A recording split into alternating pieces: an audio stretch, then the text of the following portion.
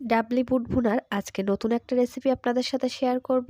এটা দেখতে ঠিক যতটা সুন্দর, ঠিক খেতেও কিন্তু ততটাই মজার। এটা আমি আপনাদের সাথে শেয়ার করব অল্প কিছু উপকরণ দিয়ে, যেটা বাড়িতে সবারই কিন্তু রান্নাঘরে থাকে। তো চলুন শুরু করা যাক আজকের এই বুট ভুনা রেসিপিটি। প্রথমে আমি এখানে আমার পরিমাণ মতো বুট নিয়েছি, আর ডাবলি বুটগুলোকে আমি খুব সুন্দরভাবে ধুয়ে পরিষ্কার পানির মধ্যে বুটের উপরে 2 ইঞ্চি থেকে 3 ইঞ্চি পরিমাণ পানি বেশি দিয়ে এটা আমি ভিজিয়ে রাখবো। ঠিক ৭ থেকে ৮ ঘন্টা পর আমি এটাকে একটা বড় পাত্রে ঢেলে নিয়েছি। দেখতে পাচ্ছেন ফুলে কিন্তু এটা ডাবল হয়ে এসেছে। এই পর্যায়ে এটা আরও একবার একটু ধুয়ে নিবেন, নিয়ে এখন এটা সিদ্ধ করতে দিতে হবে। কড়াইয়ের মধ্যে আমি পর্যাপ্ত পরিমাণ পানি দিয়েছি, দিয়ে এটা যতক্ষণ পর্যন্ত না সিদ্ধ হয় সেই পর্যন্তই কিন্তু এটা সিদ্ধ করে নিতে হবে। তবে তার মধ্যে আমি ১ চামচ পরিমাণ লবণ দিয়ে দিয়েছি, দিয়ে ঢাকনাটা ঢেকে দিব যতক্ষণ না এটা সিদ্ধ হয়ে আসে। এটা আমি ২৫ থেকে ৩০ মিনিট পর আলগা করে নিয়েছি। দেখতে পাচ্ছেন পানিটাও কিন্তু টেনে নিয়েছে, আর বুটগুলাও সিদ্ধ হয়ে উপরে বেশ কিছুটা কিন্তু খোলা উঠে গিয়েছে। তবে আপনারা একটু চেপে দেখবেন হাত দিয়ে, যদি বুটগুলা সিদ্ধ হয়ে যায় আর পানির ঘনত্বটা ঠিক এরকম থাকে, সেই পর্যায়ে এটা আমি এখন নামিয়ে নিব। একটা পাত্রে সবগুলো বুট নামিয়ে নিয়েছি। কালারটা দেখতে পাচ্ছেন কত সুন্দর এসেছে। আমি কিন্তু কোনো প্রকার হলুদও এখনো ব্যবহার করিনি। একটা জিনিস বলি, সিদ্ধ করার সময় হলুদ ব্যবহার করলে বুটটা কিন্তু সিদ্ধ হতে একটু সময় নেয়। এরপরে আমি অন্য একটা কড়াইয়ের মধ্যে তেল দিয়েছি। আমি এখানে সরিষার তেল দিয়ে আজকে বুট ভুনাটা তৈরি করব। তো সরিষার তেলের মধ্যে বড় সাইজে ২টা পেঁয়াজ কুচি দিয়েছি।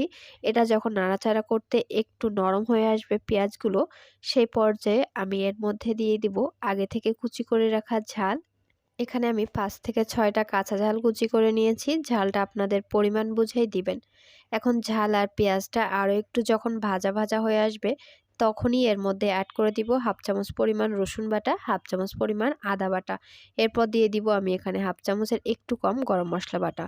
দিয়েছি অল্প একটু শুকনা ঝাল বাটা। এরপর দিয়ে দিব ১ চামচ পরিমাণ হলুদ। এবার সবগুলো মশলা খুব ভালোভাবে এটা কষিয়ে নেওয়ার মতো করে এটা ভাজা ভাজা করে নিতে হবে। সবগুলো মশলাই তো আমাদের হাতের কাছে থাকে, তো এইগুলো দেওয়ার চেষ্টা করবেন। এখন এর মধ্যে একটু পানি দিয়ে দিব যাতে মশলার কাঁচা স্মেলটা চলে যায়। এখন পানিটা দিয়ে এভাবে চুলার উপরে রেখে ১-২ মিনিট নাড়াচাড়া করে যতক্ষণ পর্যন্ত না তেলটা আমার মশলার উপরে ভেসে আসে, সেই পর্যন্ত আমি এটা কষিয়ে নিয়েছি। মশলার উপরে দেখতে পাচ্ছেন তেলটা কিন্তু খুব সুন্দরভাবে ভেসে উঠেছে। এখনই আমি অ্যাড করে দিব আগে থেকে যে সিদ্ধ করে রাখা বুট। সবগুলো বুটই আমি এর মধ্যে দিয়ে দিয়েছি। আর এখন মশলাটার সাথে খুব ভালোভাবে বুটগুলোকে মিশিয়ে নিতে হবে। চুলার জালটা আপনারা চাইলে এই পর্যায়ে মিডিয়াম করে দিতে পারেন। বেশ অনেকক্ষণ ধরে চুলার উপরে নাড়াচাড়া করে বুটের সাথে মশলাটাকে আমি মিশিয়ে নিব। এখন এই পর্যায়ে আমি দিয়ে দিব তেঁতুল পানি, অর্থাৎ টক পানি। তো তেঁতুল পানিটা আমি আগে থেকে ভিজিয়ে তেঁতুলের যে কাঠ সেটা বের করে রেখেছিলাম। তেঁতুল পানির ভিতরে আমি এখানে আরও একটু অ্যাড করেছিলাম জিরা মরিচের গুঁড়া, সাথে দিয়েছি অল্প একটু লেবুর রস এবং ১ চামচ পরিমাণ চিনি। সবগুলো একসাথে মিশিয়ে আমি তেঁতুল পানিটা এখানে অ্যাড করে দিয়েছি। এখন দিয়ে দিয়েছি লবণ। লবণটা অবশ্যই বুঝে দিবেন, কারণ আমরা বুট সিদ্ধ করার সময় কিন্তু লবণটা অ্যাড করেছি। এবার এখানে দিয়ে দিতে হবে চটপটির মশলা, আর এই চটপটির মশলাটা কিন্তু আমার বাড়িতেই তৈরি করা ছিল। আপনারা চাইলে হাতের কাছে যদি চটপটির মশলা না থাকে, সেক্ষেত্রে এখানে আরেকটু জিরে মরিচের গুঁড়া, আর একটু গরম মশলা গুঁড়া, আর আপনাদের হাতের কাছে যদি একটু গোলমরিচ গুঁড়া আর ধনিয়া পাতার গুঁড়া থাকে, তো সেগুলোও কিন্তু এখানে দিয়ে দিতে পারেন। এখন আমি এটা খুব ভালোভাবে চুলার উপরে রেখে নাড়াচাড়া করে এক্সট্রা যে পানি পানি ভাব রয়েছে সেটা কিন্তু আমি টানিয়ে নিব। এরপরে একটা লেবু নিয়েছি। লেবুটা আমি একটা লেবুর অর্ধেক পরিমাণ এটা চেপে সম্পূর্ণ রসটা এই ডাবলি বুটের ভিতরে আমরা এখানে দিয়ে দিব। তো বুটটার ভিতরে লেবুর রসটা দিলে কিন্তু এটা খেতে একটু বেশি মজা হয়। যদিও আমরা টক পানি দিয়েছি, তবুও আপনারা চেষ্টা করবেন লেবুর রসটা দেওয়ার। এভাবে চুলার উপরে ২ মিনিট রাখার পরে আমি এটা নামিয়ে নিব। তবে আপনারা আপনাদের টেস্টের উপর নির্ভর করে নামিয়ে নিবেন, কারণ আপনারা বুট কতটুকু পরিমাণ ভুনা খেতে চান অথবা কতটা পরিমাণ আঠালো সেটার উপর নির্ভর করে নামিয়ে নিতে হবে। তো আমি সবগুলো বুট নামিয়ে নিয়েছি। দেখতে পাচ্ছেন এটা দেখতেও যতটা সুন্দর হয়েছে, খেতেও কিন্তু অনেক মজার। বুটটা নামানোর পর একটু ঠান্ডা যখন হবে, তখন কিন্তু এটা অনেকটাই আঠালো হয়ে আসবে। এজন্য একটু ঝোল ঝোল থাকতেই বুট ভুনাটা নামিয়ে নিয়েছি। এখন দেখতে পাচ্ছেন এটা ডেকোরেশন করার জন্য আমি উপরে কিছুটা শসা কুচি অ্যাড করে দিয়েছি।